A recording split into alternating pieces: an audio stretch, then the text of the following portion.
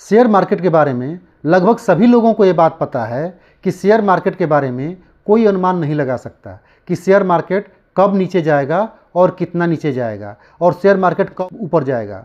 Share market में एक ही चीज़ सत्य है कि शेयर मार्केट ऊपर ज़रूर जाएगा, लेकिन कब जाएगा ये किसी को पता नहीं है। एक अनुमान लगाया जा सकता है जो कि लोग लगाते हैं। गिरते हुए मार्केट में भी अनुमान लगाते हैं कि शेयर मार्केट 22,000 जाएगा, 21,000 जाएगा, 20,000 जाएगा, 23,000 जाएगा। और बढ़ते हुए मार्केट में भी अनुमान लगाते हैं कि आने वाले कुछ दिनों में, इतने दिनों में इतना क्रॉस करेगा, इतने दिनों में इतना 1000 क्रॉस करेगा। ऐसा लोग अनुमान लगाते रहते हैं। ठीक है, अनुमान लगाना कोई बुरी बात नहीं है, क्योंकि अनुमान लगाएंगे तो उसके हिसाब से हम अपना स्ट्रेटजी बनाएंगे और सभी लोग उसके हिसाब से अपना स्ट्रेटजी बनाएंगे। लेकिन पैनिक क्रिएट क्यों करना? उस दौरान किसी को शेयर बेचने की सलाह क्यों देना जब मार्केट गिर रहा हो? गिरते हुए मार्केट में किसी को शेयर बेचने की सलाह देना, किसी को डरा देना कि आप यहाँ से निकल जाओ, फिर 22,000 जाएगा तो खरीद लेना। कैसे आपको पता कि 22,000 जाएगा ही जाएगा? आप जो लगा रहे थे वो तो अनुमान था ना। आप अपने अनुमान पर इतना भरोसा कैसे कर लिए कि 22,000 जाएगा ही जाएगा, 21,000 जाएगा ही जाएगा, 20,000 जाएगा ही जाएगा? हो सकता है चला जाए, लेकिन आप कौन होते हैं भरोसा करने वाले? ये अनुमान है ना, सत्य थोड़ी है। जब अनुमान है तो किसी को शेयर बेचने की सलाह कैसे दे सकते हैं?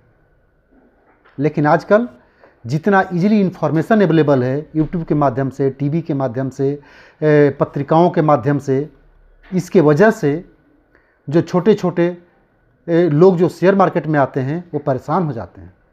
और कुछ लोगों का तो दिल टूट जाता है, शेयर मार्केट में सब अपना शेयर बेच करके भाग जाते हैं। जब मार्केट गिरता है उस समय उनको ढाढ़स बधाने का काम करना है, उनको हैंड होल्डिंग का काम करना है, उनको ये बताना है कि ये जो गिर रहा है ये टेम्परोरी गिरावट है, आज नहीं कल मार्केट ऊपर ही जाएगा, ये सत्य है। ये जो गिरावट के अनुमान जो लगाया जा रहा है ये सही नहीं है। कोई 20,000 कर रहा है तो कोई ज़रूरी नहीं है कि 20,000 जाएगा। मैं 22,000 कर रहा हूँ, इसका मतलब ये नहीं कि 22,000 जाएगा ही जाएगा, हो सकता है चला जाए।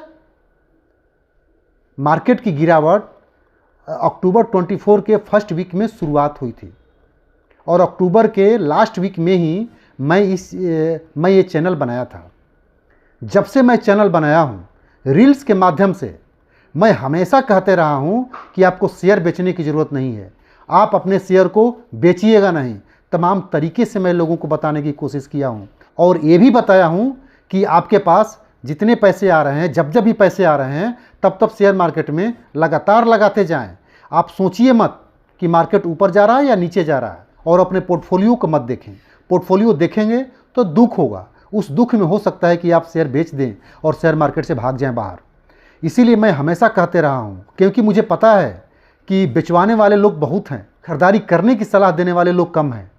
तो मैं उसी कम में से एक हूँ जो कि आपको हमेशा कहते रहा हूँ कि आप जो है अपना शेयर मत बेचिए, क्योंकि जानते हैं एक बार अगर आप शेयर बेच देंगे फिर दोबारा खरीद नहीं पाते हैं। ये केवल एजम्पशन है कि हम 23,000 में बेच देंगे, 20,000 21,000 आएगा तो खरीद लेंगे। अगर आ भी जाएगा तो भी आप नहीं खरीद पाएंगे। मुझे पता है नए नए लोग जो शेयर मार्केट में आते हैं उनकी टेंडेंसी मुझे पता है, मैं भी ऐसा ही किया हूँ। खरीद नहीं पाते, संभव नहीं है खरीद पाना।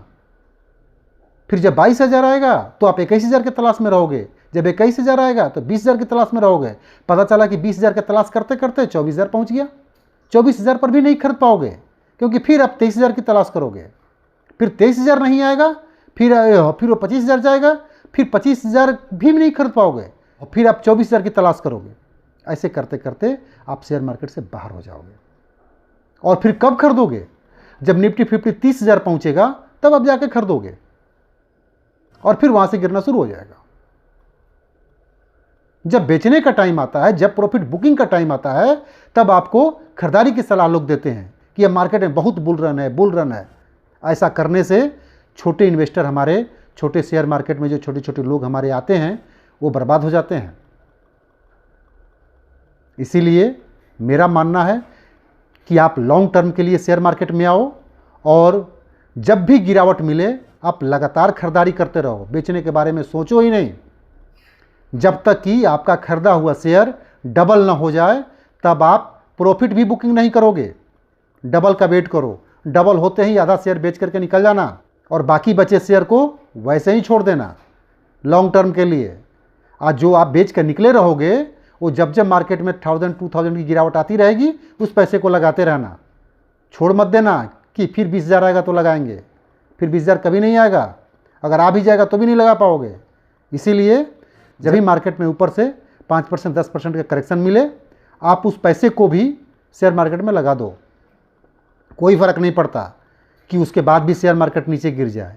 मार्केट नीचे गिरेगा कि नहीं गिरेगा इसका कोई भरोसा नहीं है, लेकिन इसका तो भरोसा ज़रूर है कि आने वाले दिनों में मार्केट 30,000 भी जाएगा, मार्केट 50,000 भी जाएगा, मार्केट 70,000 भी जाएगा, मार्केट 1,00,000 भी जाएगा। जो चीज़ पता है उस पर बिलीव करो ना, जो चीज़ पता नहीं है उसके बारे में क्यों डरना। लगातार पैसे हम लोग लगाते रहेंगे और किसी के कहने से शेयर को बेचेंगे ही नहीं। Thank you very much.